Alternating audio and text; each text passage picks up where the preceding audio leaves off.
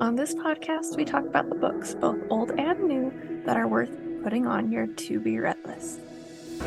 I'll include the back cover synopsis, content warnings, as well as my pro and con list.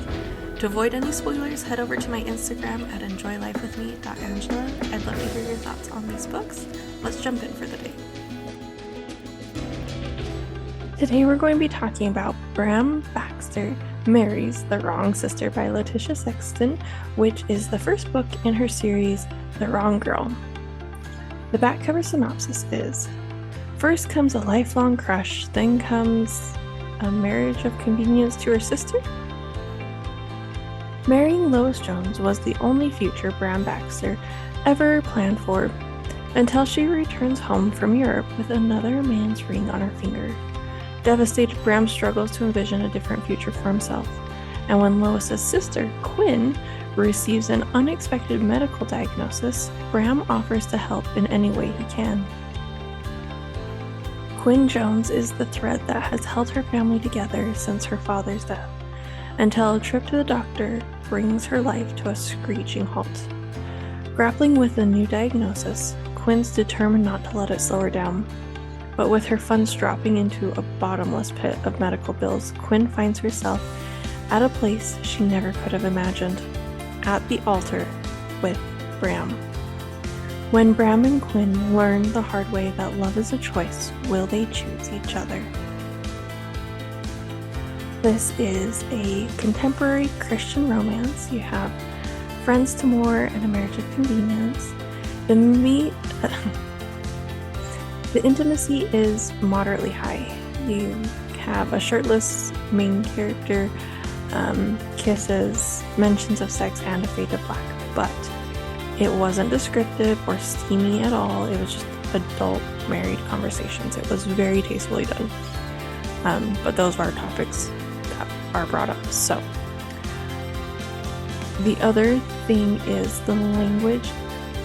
Typically, I count things like thank God or Lord help me as swearing, but in this book it wasn't just sayings, like the characters actually meant it.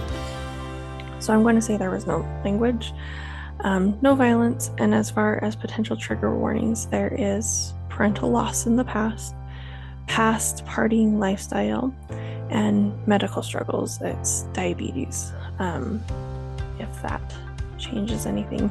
I know sometimes when I read like, oh, there's a medical problem, my assumption is always cancer, and it's not. So there you go. My con was that chapter 23 read weird to me. I reread it twice. I couldn't pinpoint what the issue was. I don't know. It just felt off, like the timing or something.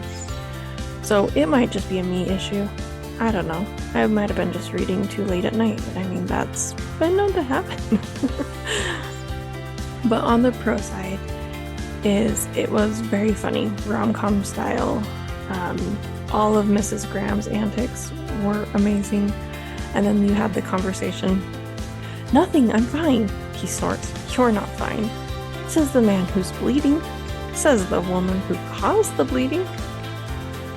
And there was just some really good Christian advice put in there. I'm going to read you two quotes. The first one is, love isn't always a feeling, it's a choice. That's why so many relationships don't work out. It's because once all the butterflies and the warm and fuzzy feelings get covered up by trials and the busyness of life, people think they've fallen out of love. That isn't how it works.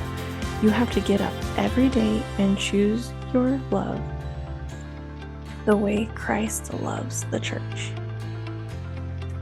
And the second quote is, as long as you keep God at the center of every decision, you'll succeed where it matters most.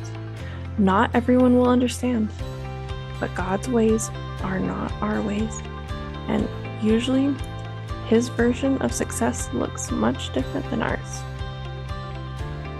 There was also a couple of relatable moments because I hate being at the center of attention and would much rather be in the background watching and listening as well. But this book also makes you want to be a better person, and for me specifically, a better parent. Having Mr. Jones just drop everything to focus on a kid that needs him, that was really awesome. But as far as favorite parts of this book is the light bulb moment for Bram. Like, oh man, it was fabulous. But the proposal was a very close second. The thoughtfulness would make anyone swoon, honestly. And I am curious how long we have to wait for his brother's book. I'm very interested to see how it goes because it's going to be good. I can tell. It's going to be amazing. I'm really excited. So go out, grab this book, jump over to my socials. I'll have the clickable link tree in the show notes. Share your thoughts with me about this author. Have you read anything else? This is the first book by this author that I've read. Really looking forward to the rest of this series. Let me know what you think, and I will talk to you guys soon. Happy reading.